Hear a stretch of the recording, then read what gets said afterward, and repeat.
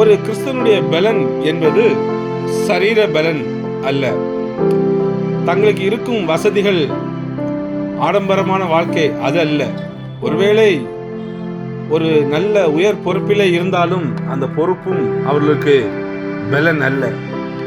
பெரிய குடும்பத்திலே பிறந்திருந்தால் அதுவும் அவங்களுக்கு ஒரு பலன் அல்ல. ஒருவேளை நிறைய ஆள் உதவிகள் இருந்தாலும் பலன் அல்ல. பின் எதுதான் அவங்களுக்கு பலனாக இருக்கிறது?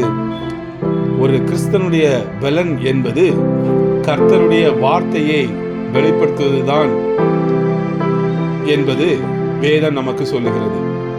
இது அநேக பேருக்கு தெரிவதில்லை, உணர்வதும் இல்லை. ஒரு பொய்யான நிலையிலே வாழ்ந்து கொண்டிருக்கிறார்கள்.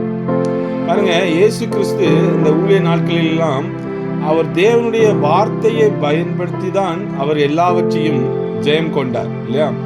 அவர் பிசாசுகளை விரட்டுவதற்கு தன்னுடைய சரீர பலனை அவர் பயன்படுத்தவில்லை. மாறாக அதிகாரமுள்ள தேவனுடைய வார்த்தையை சொல்லி அவர் பிசாசை ஜெயித்ததை நாம் எல்லாம் நம்ம வேதத்துல பார்த்திருக்கிறோம். ஸோ அப்போ இன்னைக்கு உண்மையான பலன் எது என்று பார்க்கும் பொழுது அந்த அதிகாரத்தோடு கூடிய தேவனுடைய வார்த்தை.